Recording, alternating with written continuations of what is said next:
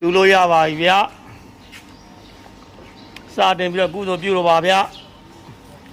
အဲ့ဘက်ကထွက်ပေးပါကျဲဦးလေးယူအဲ့ဘက်ကထွက်ပေးပါဗျာနော်ဟုတ်ဒီနေ့လူသားနဲ့ကုသိုလ်ရှင်ကတော့မဟာရန်ကုန်ရွှေမြို့တော်ကနေလူသားကုသိုလ်ပြုခြင်းဖြစ်ပါတယ်ဗျာရန်ကုန်မြို့အောင်သစ္စာဘုံတော်ဤတင်ပညာရေးအကျောင်းတိုက်ကဆရာတော်လူသားနာဖြစ်ပါတယ်ခင်ဗျာ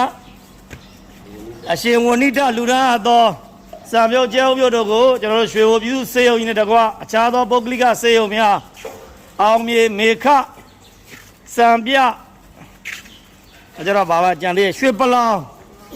စေယုံများကိုလိုက်လံပြီးတော့လူတော်ကုသိုလ်ပြုခြင်းဖြစ်ပါတယ်ခင်ဗျာဆရာတော်ဦးဝဏိတလူတော်အတော်စံပြုတ်ကျဲဦးမြို့များသုံးဆောင်မိကြတဲ့ဝေဒနာရှင်များလဲတတ်တော်ရရောက်ရှိ၍ခံစားနေရယောဂဝေဒနာများအမြန်ဆုံးသက်သာပျောက်ကင်းကြပါစေဗျာဆရာတော်ဦးဝဏိတ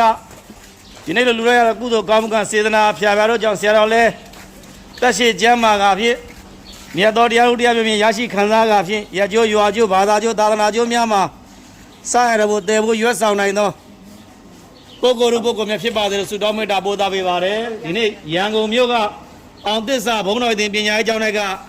ဆရာတော်ဦးဝဏိတလူရန်နဲ့စံပြုံများကိုကျဲဥပြုံများကိုလာရောက်ပြီးတော့လူရန်ကုသိုလ်ပြုပြီးခြင်းဖြစ်ပါတယ်ခင်ဗျာအားလုံးပဲလုံလုံလောက်ယူခဲ့ပါတယ်နော်ကျဲဥပြုံများလုံလောက်ရပြုတ်ခဲ့ပါတယ်ဗျာစနေတကြတန်းစီပြီးတော့ကုသိုလ်ပြုပေးရပါဗျာ